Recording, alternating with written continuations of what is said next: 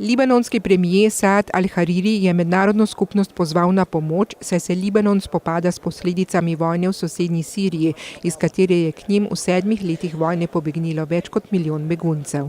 Premijer je na sklicani konferenci potencialnih donatorjev v Parizu dejal, da Libanon potrebuje mednarodno podporo za svoj naložbeni načrt in da izvede reforme za izkoreninjanje korupcije in izboljšanje fiskalnega upravljanja.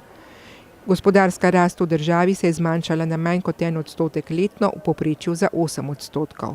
Francija se je že odzvala na prošnjo in ponudila 550 milijonov evrov v obliki nepovratnih sredstev in posojil.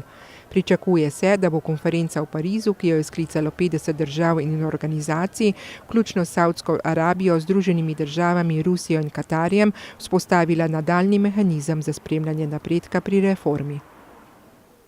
Nekdanji južnoafriški predsednik Jacob Zuma je Vrhovno sodišče v Durbanu prosil, naj do 8. junija prekinejo sodni postopek zoper njega v zvezi s korupcijskim škandalom pri sporazumu o orožju v višini kar 2,5 milijarde ameriških dolarjev.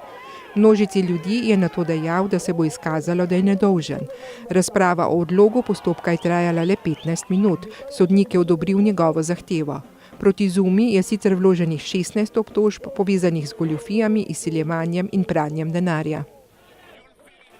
Nekdanji katalonski voditelj Carles Puigdemont je plačal 75 tisoč evrov varščine za izpustitev iz nemškega zapora, tako da je tožilstvo nato odredilo njegovo takojšnjo izpustitev. Puigdemonta so sicer 25. marca prijeli na podlagi evropskega pripornega naloga, ki ga je zaradi obtožb upora in zlorabe javnih sredstev izdala Španija. Višje deželno sodišče v Šlesvigu je tudi zavrnilo izročitev Španiji na podlagi obtožb upora, obtožbe o zlorabi javnih sredstev pa se še preučuje.